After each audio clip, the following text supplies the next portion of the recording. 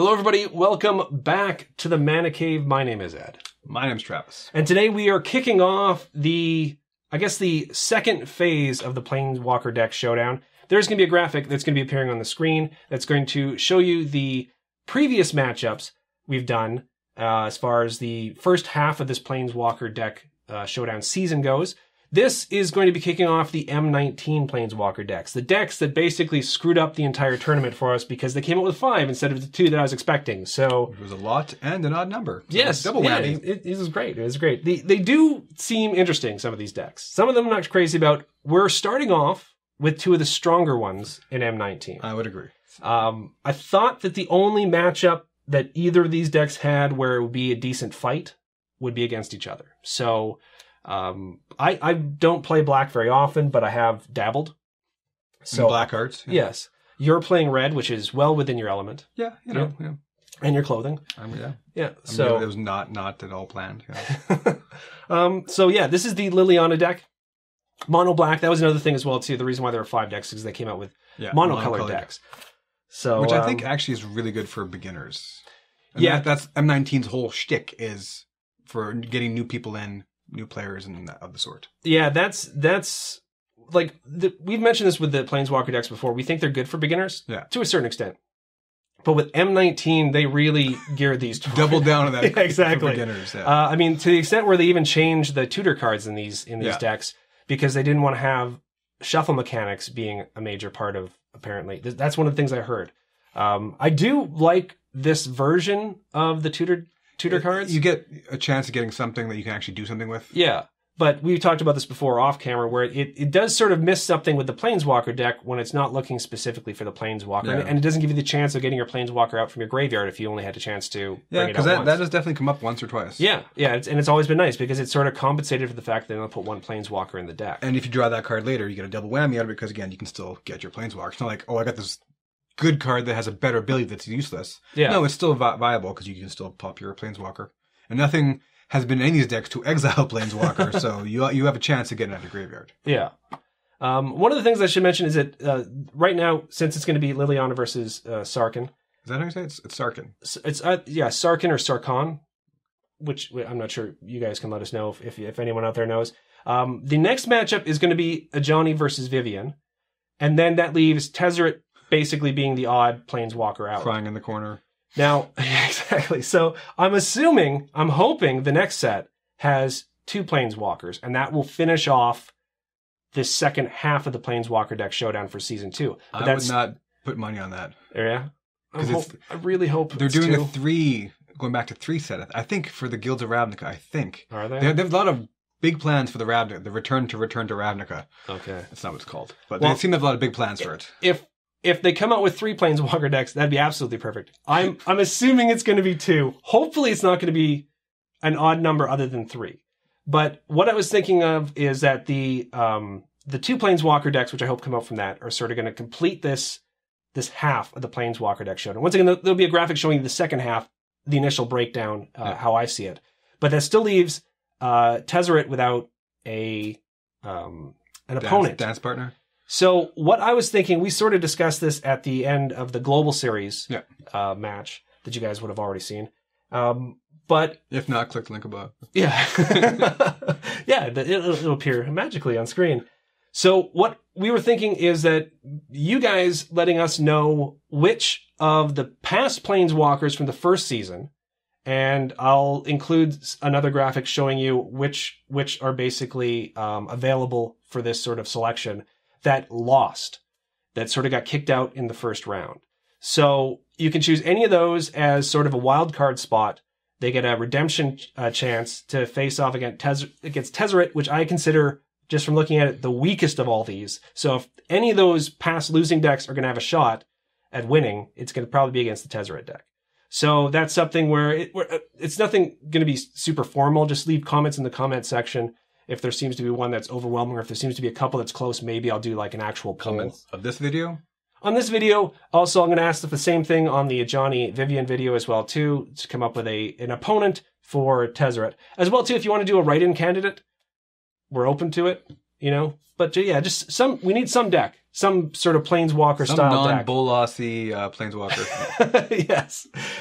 So just if you have a suggestion, let us know, and that will be sort of the final matchup that we have yet to sort of put down on the graphic, which God, I hope I remember to put on screen.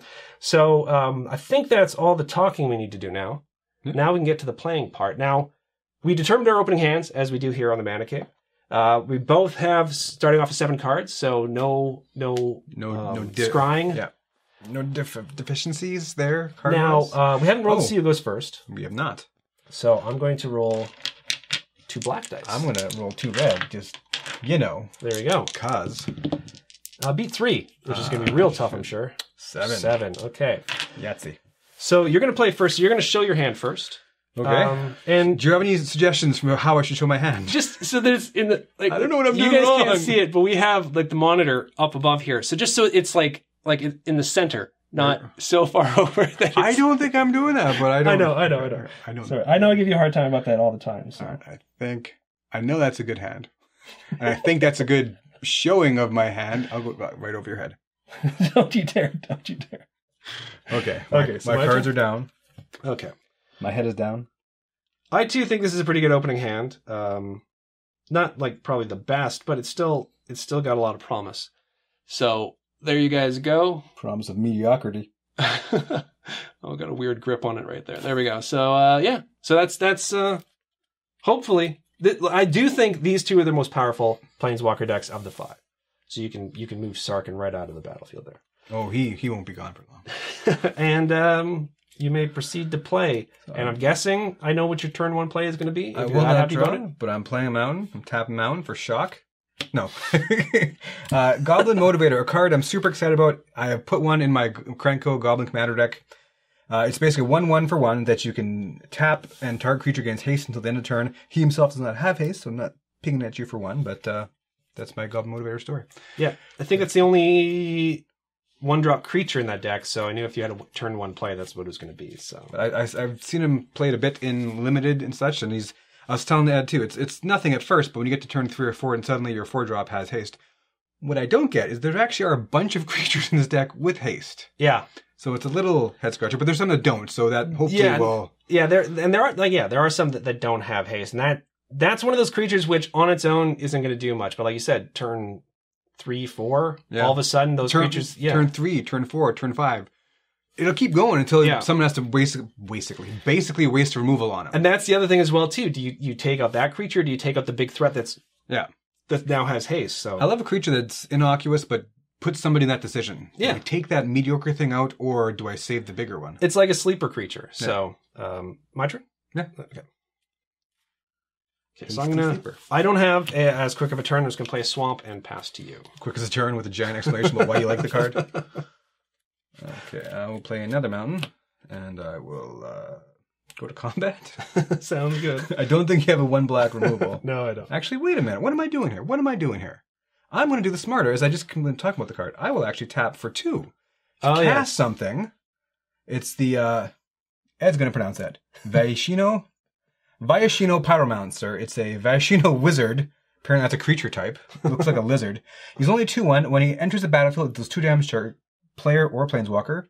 So I'll bing you and your lack of planeswalker. So I'm taking 2 from that, and then I'm going to tap it to give it haste and attack for 2. I'm glad you thought of doing that, because otherwise the comment section would have definitely let you know that you made a horrible mistake. So I just got so excited to actually, I'm like, open board. I'm going for it, dude. And that's pass back to turn you. 2.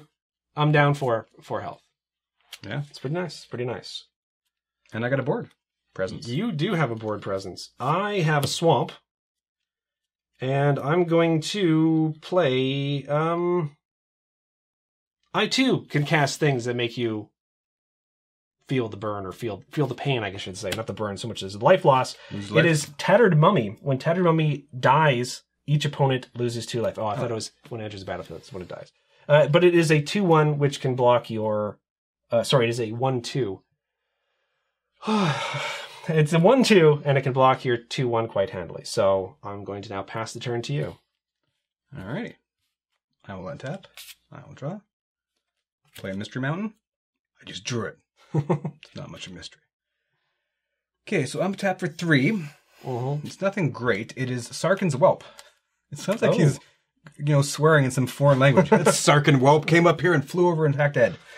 He's a 2/2 flyer, and whenever I activate an ability of a Sarkhan Planeswalker, the Whelp deals 1 damage to any target. Oh, wow. Okay, nice. So I am going to tap my Goblin Motivator to motivate that Whelp to get in there and fly ahead for 2. He has no fire breathing, but I'm flying over for 2 damage. Okay, so you just take it, just him. Just him. Okay. Because I'm going to be like, I would like for you to attack me, so then I can attack with my 2/1. Or maybe I should just trade it and take an extra damage. I don't know.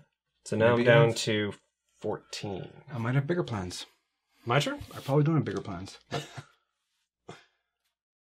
Okay. Let's see. Let's play a swamp. Flyer might be an issue.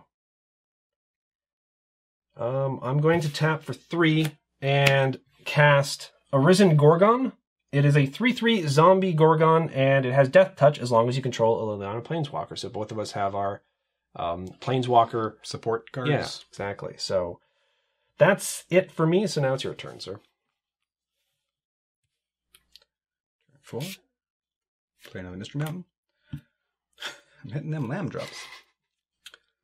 I can't wait to look in editing to find that you had a 2-land hand and you just caught your land drops. You needed 2 turns in a row.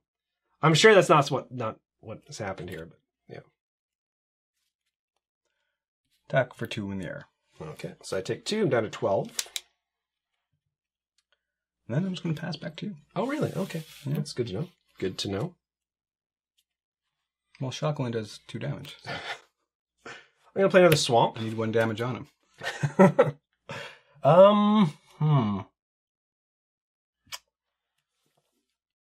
I am going to move to combat. Yep. I'm actually going to swing in with the Gorgon. Okay, no blocks. No blocks. So you take 3. And then I'm going to tap 2 and cast the Reassembling Skeleton. It is a 1/1 skeleton warrior, but I can pay 1 and a black and return the skeleton from my graveyard to the battlefield tapped. That's not going away anytime soon. So I've played a bit of limited, like some draft with M19 now, and there are certain cards which benefit from sacking other creatures, and if this card is out in the battlefield with them, it just becomes like a little sack engine for them. So I'm going to pass the turn to you now. Who doesn't love a sack engine? It's like good old sack engines. Okay, play magical land to 5th land, yeah. So, he would trade with either of your dudes. Again, he did a lot at the beginning, but hasn't done much. So he'd trade, he'd probably block with that and get him back, so there's not much point. I would not get him back. So, yeah. Fly overhead again. 2 if by air. Okay. 2 if by air. Down to 10. And I will pass back to you. Really? Yeah. Yeah. Nice. Okay. Tap. Okay, that actually changes what I was originally planning on doing then. I'm going to tap 4. I'm going to do this pre-combat. I'm going to bring out the Skeleton Archer. It is a 3/3 Skeleton Archer, and when it enters the battlefield, deals 1 damage to any target. So I'm going to have it deal 1 damage to him, even though he's not the Motivatey Joe. 2/1, but and then I'm going to move to combat. Okay. And I'm going to actually swing in with the Tattered Mummy and the Gorgon. Okay. So I am just gonna take 5 at this point. 4, just 4. Just 4? It's just 1/2. Oh, just 1/2. Yeah, I'll just take 4. So I dropped from 17 down to 13. Once again, I still need to deal with that flyer at some point, but well, at least you're getting me on crackbacks now. And I will pass the turn to you, sir. That seemed like an important 6 land, or was it just like a frustrate? Oh no, it's an important 6 land. Okay. Tapping 6 for the volcanic dragon. He has haste. He's a 4/4 flyer, but I mean, for 6 mana, it's still nothing spectacular. But he's a 4/4 flyer. Sending in the team of 6 in the air. Okay, so I'm going to take 6, so I'm down to 4. Which is funny, because I kind of kept holding the Goblin Motivator I'm like, I really don't need him for that one card, but something better's come along. Man, okay. Back to you. Now, I know, once again, you have a lot of burn in that deck, and a lot of it is not just for creatures. It can be directed towards me, so I do have to sort of worry about that. So, I think... I mean, they're not really there's...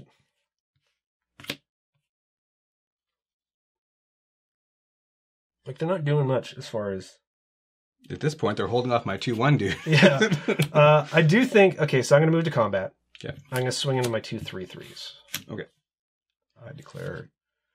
no blocks. Okay. No effects from you? No effects. So I'm taking 6. I'm dropping down to 7. Okay. I'm going to tap for 2 and cast a sorcery. Sovereign's Bite. Target player loses 3 life, and you gain 3 life. That's not good. That literally reverses our life totals. Yes. I drop down to 4. So I'm up to 7 now.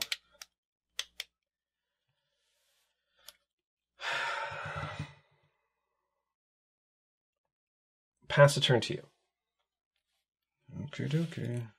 I need some life gain here, apparently. In a red deck, that'll be pretty amazing. Okay, so once again, we'll tap for 6. Okay. To play another Volcanic Dragon. Okay. Go to combat. Go to combat. Oh, you got something, don't you? I'm going to tap for 3. I'm going to cast Murder. Oh. Destroy target creature. You have good spells in that game? Straight up removal. Murder. You don't get much better than Murder. No. You don't get much better than Murder. In fact, that awful. Might have done it. But you still take 6. I take 6. I'm down to 1. So if you have... Well, you don't have any untapped land, but and Shock would kill me at this point. So. I know. And I'm not going to, concede, but I'll pass 2. Okay. See, played too loose with it. I knew he had removal, but I still was hoping. Untap. Move to combat. Move to combat. Swing in with everything. So at most, I can block 3 and still take 5. That's 5. Yeah. See, I saw the removal coming. I didn't see the life. The life, yeah. Yeah, that's what got me. Because that's your game, son. I had active Treason that I should have played earlier when I was wasting turns, but I was waiting for something good. Oh yeah. Well, yeah. I mean, but you can't look forward to usually active Treason. I don't play that card very often though. Like a lot of the time, active Treason, at least when I've seen it played, mostly unlimited, is a card which you use as your killing stroke. So yeah, to play it early, I mean, you had no idea that it was going to come down to 1 life total. And when a 3 drop, I'm like, or 3 power, I'm like, this might be good enough. And literally, because I was 2 turns, I think I did nothing. Yeah. At least 1 turn, probably 2. And I should have just said, well, I'll draw more later. And then I drew a fiery finish, which is 7 damage to target creature. Yeah. That's one of the things about that as well too. I do know it has a lot of burn that can also target me, but there is some only creature spells. So what we're going to do is we're going to shuffle up. We're going to get to the second game of this match and see if Sarkhan can redeem himself. Though I think he had a pretty good showing in that game, even though down to 1. Down to 1. Close. It's about as close as you can get. Again, it was that life switch. Everything else, I'm comfortent. Yeah. I'll lose a creature. I'll still be busting through. And that is one of the things in this deck is you lose life, I gain life. There's a few cards like that. So that's something to watch out for in the next game. And we are back with the second game of this match. We are currently at 1 win for Liliana. And Sarkhan's ready for redemption. He's ready for redemption, trying to get on the board. So you did have to mulligan. I did because of not bad cards, because of mana curve, essentially. Yeah. And I'm not going to wait around like I did last time to try to cast some bigger spells. Yeah, because that's one of the things as well, too. Like, you had to wait to get your 6th land before you were able to get more creatures on the board. Yeah. And you still, as close as possible to winning that last game. So, yeah, just even just like the difference of having 1 extra little creature on the board, or a shock or something like that. So you're going to go first. You are going to get to scry. You're going to scry first, and then you'll show your opening hand. Yeah, I think I should keep that on top. Okay, and you're going to show your opening hand.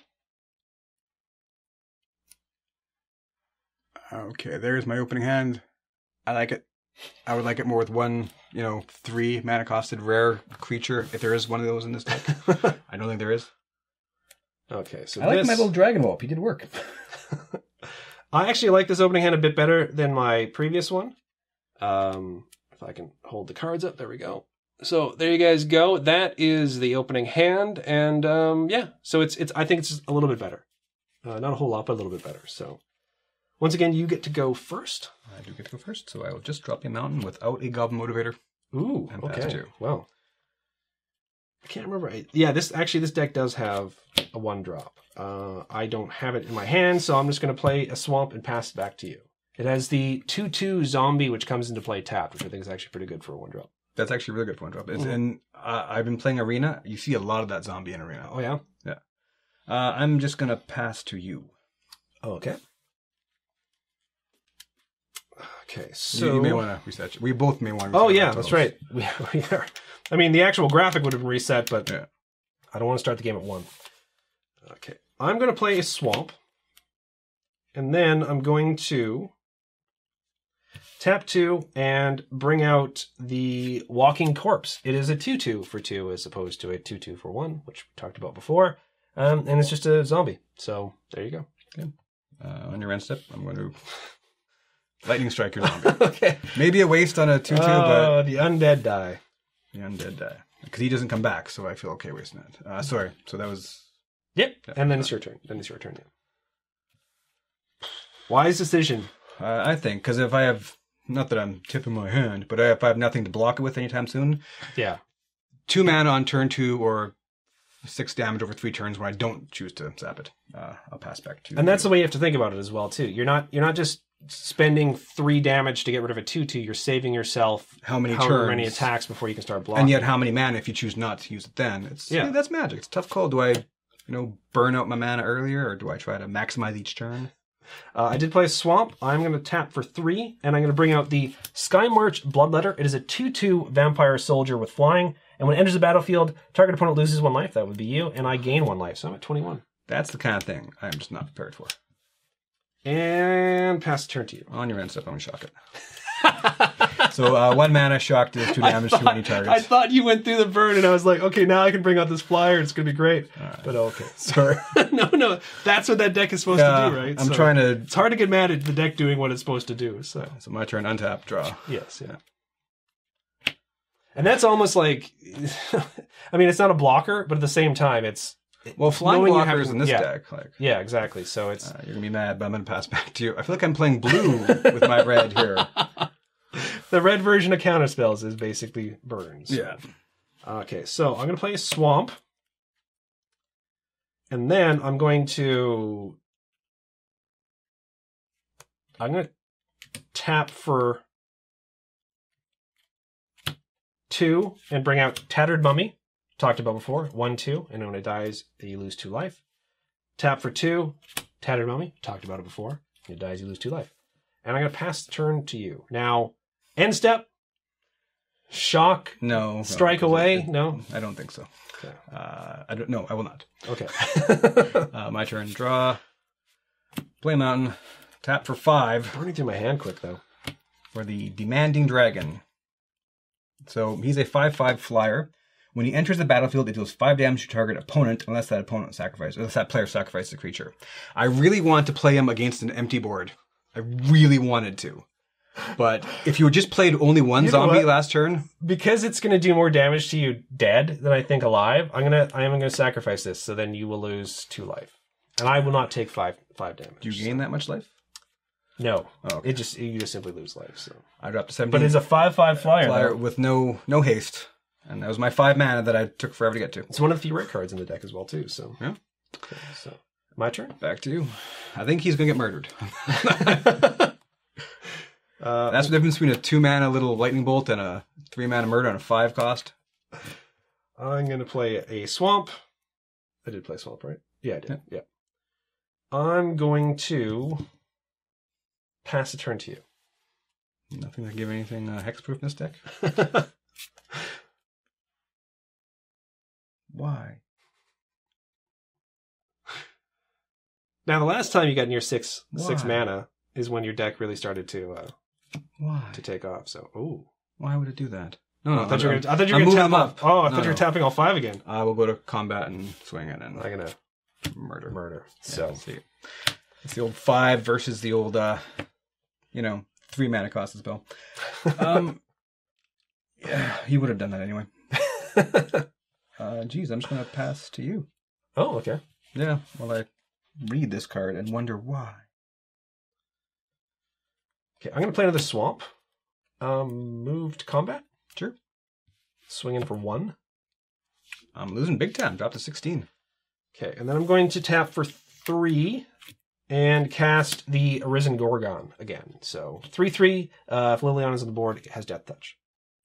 Pass the turn to you, or move to my end step, I should say. No, just okay. No, pass give me the turn. Just okay. Don't know. 6 lands. Here we go. Okay. So I will tap for 3 because I'm going to do something and play a sorcery called Act of Treason. Gain control of target creature until the end of turn. Untap the creature. It gains haste. I will gain control of your Gorgon. Okay. Okay. Gains haste. Gains haste. So I'm going to go to combat. Yep. I'm going to attack with your Arisen Gorgon. And I will take 3. Now, you'd said in the previous game that you sort of kicked yourself for not using that earlier because it came down to basically, I was down to 1 life. Yeah. So I'm down to 18.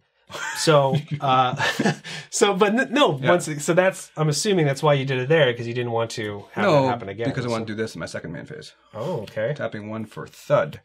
As additional cost to this, sacrifice a creature. Thud deals damage equal to a sacrifice creature's power to any target. Now, I still control the Gorgon till the end of my turn. So I can sacrifice him to deal just 3 damage to you, but at least the Gorgon does die. Oh, no, it has to. You have to sacrifice it as a casting cost. Additional cost to cast this sacrifice creature. Oh, yeah, whatever. But the Thud deals damage equal to sacrifice creatures. No, but that's super important because I can't do something that I was thinking of doing if this was the case. So because it sacrifices part of it, it's gone. Yes, so, it is. Because that's the whole Goblin Grenade thing. You cannot destroy a Goblin to prevent Goblin Grenade. Yeah, exactly. So that's the thing. It was like, I'm not going to tell you what, but I had something in case that was going to happen. But so I'm taking 3. 3, yeah, and losing the Gorgon. And losing the Gorgon. So it's the sorcery that killed me. Because I'm like, I'd swing in happily with my Demanding Dragon if I knew at instant speed, well, you're going to destroy it, I'll sacrifice anyway. So really, you basically had... a rare, though? You had a spell. Oh, it's uncommon, right? It's uncommon. Yeah. Part uncommon, yes. Yeah. But you basically had a spell where it's like, spend 4 mana to do 3 damage and destroy target creature. There's 2 cards, though, I do. Yeah, but essentially, like, if it was merged into 1, that's essentially what it would have done, right? Now we're both down to 1 card each in our hands. Pass back to you. Okay. Yeah. I missed that Gorgon. I wish that Thud was instant speed, because then I would have at least smiled about my dragon. You know? It would have been an utter waste. But so when I picked up Thud and I read it, I'm like, sorcery? There's other ones that do this similar. Like, even Goblin Grenade is sorcery speed, but... Okay, I'm gonna tap for 4. And I'm going to cast Liliana's Spoils. It's the replacement for the tutor card. Target opponent discards a card. And then look at the top 5 cards of your library. You may reveal a black card from among them and put it into your hand. Put the rest in the bottom of your library in a random order. So I'm going to look at the top 5. While that's on the stack, can I cast? Yes. Okay. Yes, you can. I will cast my Lightning Strike I've been holding on to. On me or on the Tattered Mummy? I'll go Tattered... I'll go you. And regret it later. So I'm down to 12. Okay, so now I'm going to look at the top card. 5 cards. I discard nothing, because you literally cannot discard if you don't have cards. That's the red motto. See, and this is one of the things as well, too, where I think I actually prefer this to having... If I could choose between grabbing Liliana at this point and this card, I would probably choose this card. Really? So I'm going to actually reveal Blood Divination as additional cost to cast a spell, sacrifice a creature, draw 3 cards. Oh, wow. So I'm going to put these on the bottom of my library in random order. The random order thing is funny too, but...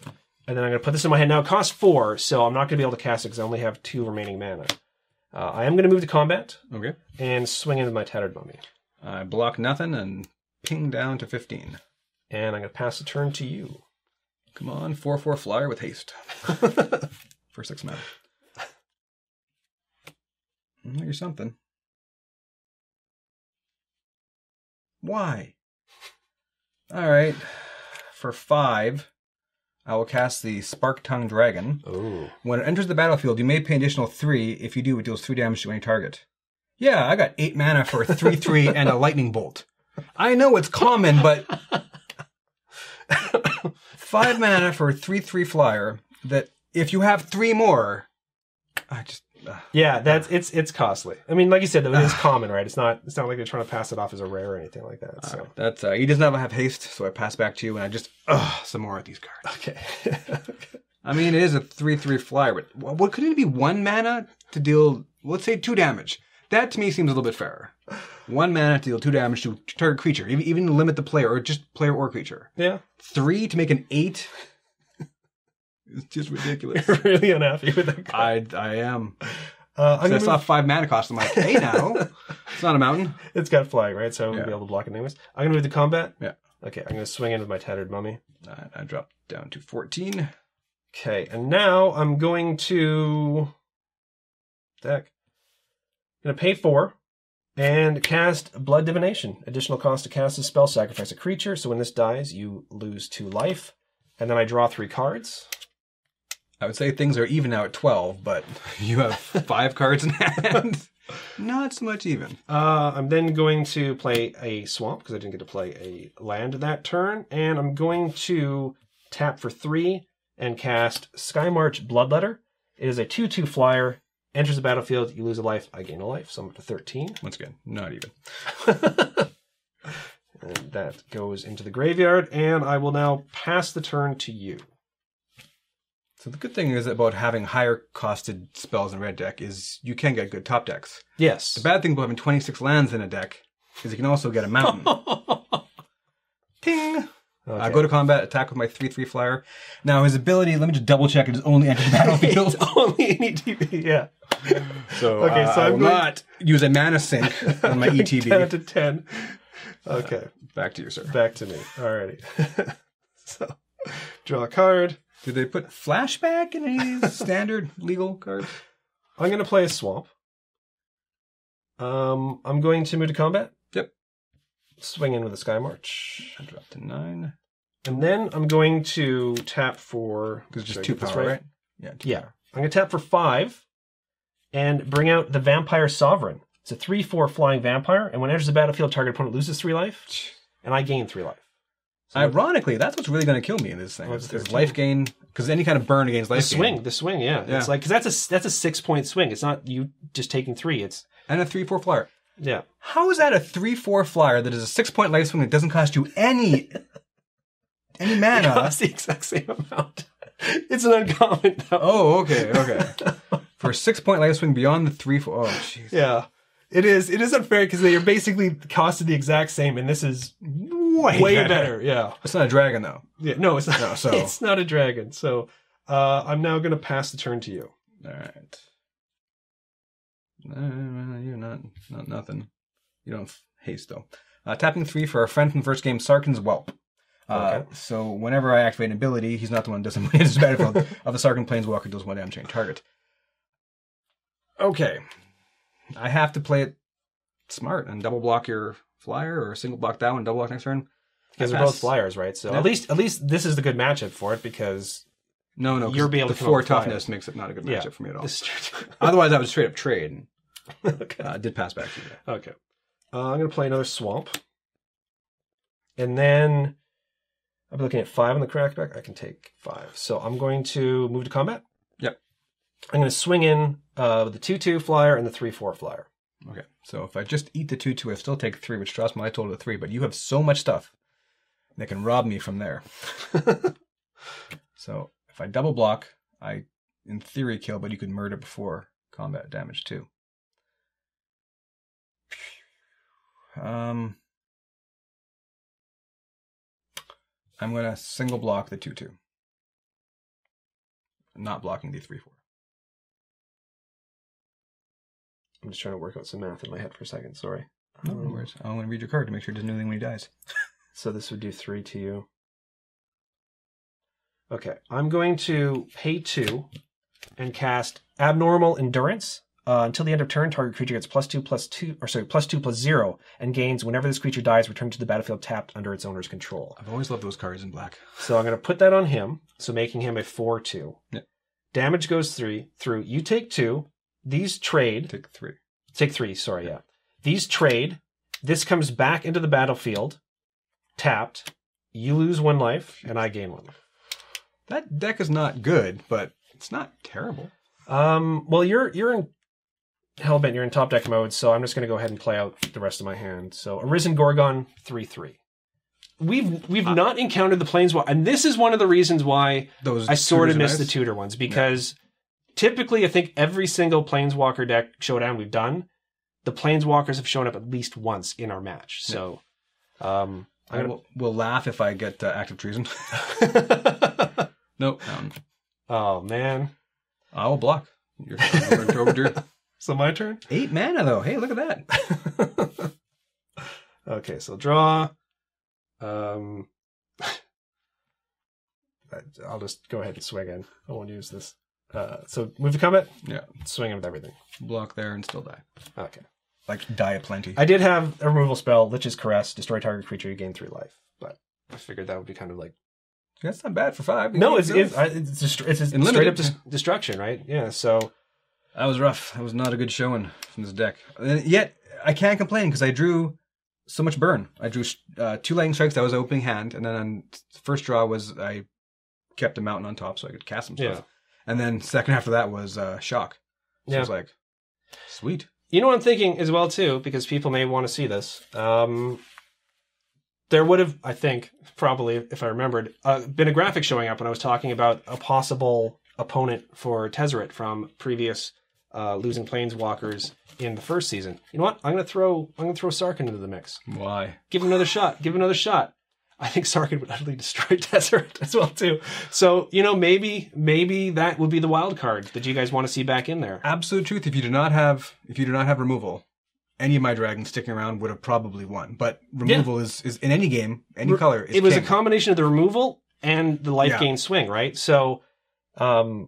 And in this case, it's both. It's both removal and a life gain swing. But yeah, that's why these 2 decks I consider to be the most powerful, because they both. I mean, look at the early turns of this game. Yeah, I got to a turn 5/5 flyer, and I killed anything you put down the board. Yeah. So if I could have kept that, it might have been a different game. Yeah. But I mean, also as well, I did draw I think there's just two copies of Murder, and in 2 games I've drawn 3 copies of it. Yeah, so. I don't know how many copies of Active Treason there are, but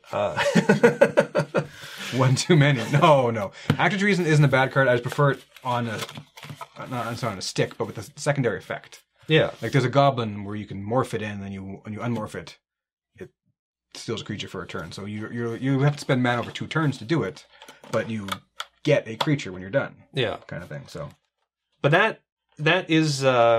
The first matchup of the M19 deck. So Liliana is going to move on to the next round. Sarkhan could possibly be coming back. I don't want to mush in there. Oh, okay. I do want it out of my sight. There's a hair there as well. But I don't want to. I'm just shedding.